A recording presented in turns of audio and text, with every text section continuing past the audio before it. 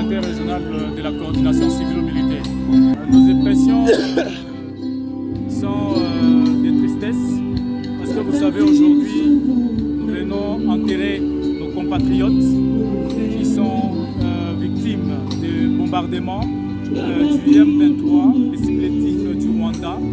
Et aujourd'hui, nous venons ici avec tous les patriotes qui ont été touchés à ces grandes tristesses. C'est la raison pour laquelle nous, comme étant la coordination civilo-militaire, nous sommes dit de venir compatir avec les familles des sinistres disparus, en même temps aussi compatir avec tout le peuple congolais.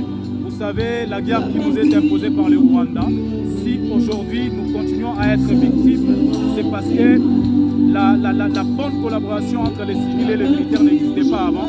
Aujourd'hui, nous sommes là pour vivre encore ces grandes tragédies qui touchent la communauté internationale, qui touchent le niveau national et local.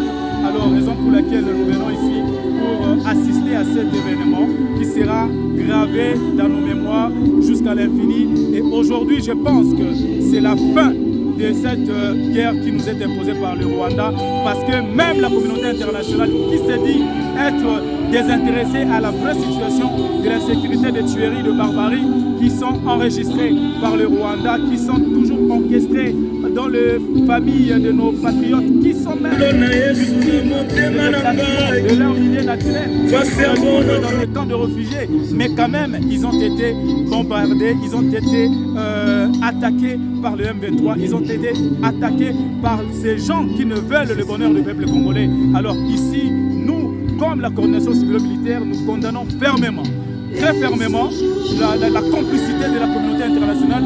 Nous condamnons très fermement la manipulation du Rwanda suite à l'agression qui nous a imposé il y a de cela plus de 30 ans, que nous vivons toujours dans les tueries, nous vivons toujours dans le massacre, nous vivons toujours ce genre de scandale. Ça, ce n'est pas quelque chose du nouveau pour nous les Congolais. Nous le vivons au quotidien et ici, nous interpellons la conscience de la communauté internationale, nous interpellons également la conscience de nos autorités politico-administratives de prendre des dispositions pratiques pour mettre fin à cette hémorragie, pour mettre fin à cette guerre qui nous est imposée par le Rwanda. Merci beaucoup, monsieur le coordinateur.